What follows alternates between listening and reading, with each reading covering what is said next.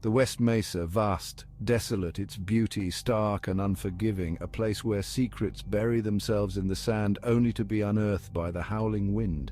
February 2nd, 2009. A day forever etched in Albuquerque's memory. A lone woman, walking her dog, stumbles upon a human bone. Not just any bone, a femur, bleached white by the sun, jutting out from the earth. The discovery sends chills down the spines of seasoned law enforcement. The bone is just the tip of a terrifying iceberg. 11 sets of human remains, all women, all with stories untold. The West Mesa bone collector had announced his presence, and Albuquerque would never be the same.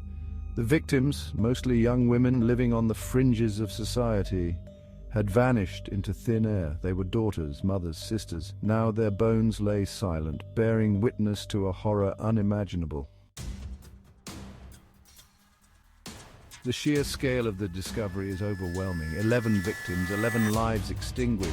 The crime scene, a sprawling expanse of desert, presents unique challenges. Every grain of sand, every gust of wind could hold a clue. Time is of the essence, but the desert guards its secrets jealously. Forensic teams work tirelessly, meticulously sifting through the sand. Each bone, each piece of evidence painstakingly documented. The pressure mounts. The city holds its breath, desperate for answers. Who were these women? And who was the monster who stole their lives? Some worked as prostitutes, others struggled with drug addiction. Their stories, pieced together from fragmented memories and faded photographs, paint a picture of vulnerability. Fear. It's a virus spreading through the streets of Albuquerque like wildfire. The knowledge that a serial killer walked among them, preying on their most vulnerable, shatters the city's sense of security. The West Mesa bone collector becomes a chilling reminder that monsters don't always lurk in the shadows. Women, especially those living high-risk lifestyles, are terrified. The thought of the killer, still out there, casts a long, dark shadow over their lives. Distrust festers. Neighbors eye each other with suspicion. The bonds that hold a community together begin to fray. The media frenzy doesn't help. Headlines scream about the bone collector, sensationalizing the tragedy, feeding the fear. The victims, once ignored in life, become posthumous celebrities in death. But amidst the fear and uncertainty, a glimmer of hope emerges. The investigation into the West Mesa murders is one of the largest and most complex in New Mexico history. The task force, a multi-agency effort, faces an uphill battle from the start. The vastness of the crime scene, the passage of time, and the lack of witnesses make their job incredibly difficult. Detectives start by retracing the victims' last known steps. They interview family members, friends, and associates, desperate for any lead, any shred of information that might lead them to the killer.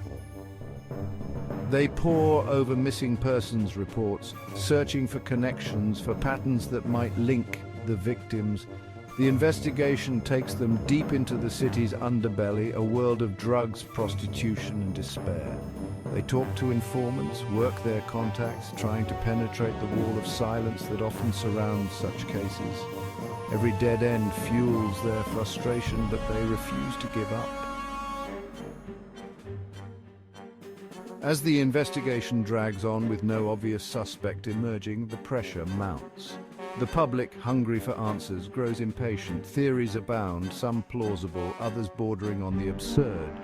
Was it a satanic cult? A serial killer passing through town? A human trafficking ring? Rumors swirl, fingers are pointed. The police, despite their best efforts, come under scrutiny. Were they doing enough? Had they missed something crucial? The families of the victims, desperate for closure, grow increasingly frustrated with the lack of progress. The West Mesa case is a jigsaw puzzle with crucial pieces missing. The killer, despite leaving behind a gruesome tableau of death, managed to erase almost all traces of himself. There were no witnesses, no obvious signs of struggle, no DNA evidence to point investigators in the right direction. The victims, most of whom lived transient lifestyles, made it difficult to establish a clear timeline of their disappearances. Their lives, often shrouded in secrecy and fueled by addiction, left behind fragmented trails that were difficult to follow. The desert, unforgiving and vast, swallowed up any other clues that might have existed. The lack of a murder weapon further hampered the investigation. Without knowing how the victims were killed, investigators were left to speculate, to chase shadows in the desert wind. Despite the lack of concrete evidence, behavioral analysts like myself were able to construct a partial profile of the West Mesa bone collector. Based on the victim selection, the crime scene and the MO, we believe we are dealing with a highly organized, methodical individual.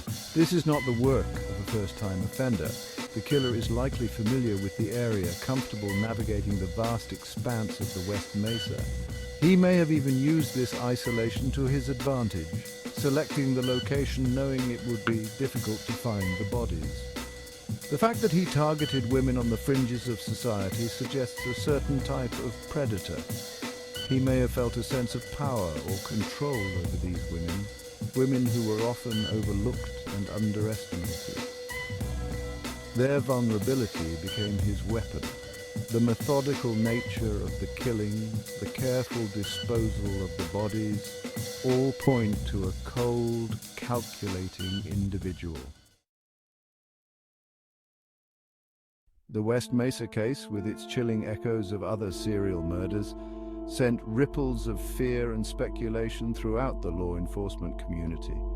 The organized nature of the crimes, the victim profile, and the MO all hinted at the possibility of a connection to other unsolved cases across the country. One case that drew particular attention was that of the Long Island serial killer, also known as the Gilgo Beach Killer. Like the West Mesa case, the Long Island murders involved the discovery of multiple female remains, many of whom were involved in prostitution, found along a desolate stretch of coastline. The similarities, while eerie, were not enough to establish a definitive link. The discovery of the West Mesa burial site left an indelible mark on Albuquerque. What was once a symbol of the city's untamed beauty became a haunting reminder of the darkness that can lurk beneath the surface of any community. The case, still unsolved, continues to cast a long shadow. The families of the victims, forever bound by tragedy, still search for answers, their grief compounded by the lack of closure. They live with the agonizing knowledge that the person who stole their loved ones from them still walks free, a ghost haunting their waking hours. The West Mesa case also forced Albuquerque to confront some uncomfortable truths about itself. It exposed the vulnerability of those living on the margins, the women who were often ignored and forgotten until their bones surfaced in the desert. In the years since the discovery, Albuquerque has made strides in addressing the issues that may have contributed to the tragedy. The West Mesa case, despite years of investigation and countless hours of tireless work by dedicated law enforcement officers, remains an open wound. The identity of the killer, his motives, and the full extent of his crimes remain shrouded in mystery. The lack of answers weighs heavily. Did the killer act alone, or did he have help? Were there other victims, their bones still buried beneath the unforgiving desert sand? What triggered his killing spree, and why did it stop? These questions continue to haunt investigators, a constant reminder of the elusiveness of justice. The West Mesa bone collector, a phantom in the desert, left behind more than just the remains of his victims. He left behind a legacy of fear, uncertainty, and a profound sense of loss that permeates the community to this day.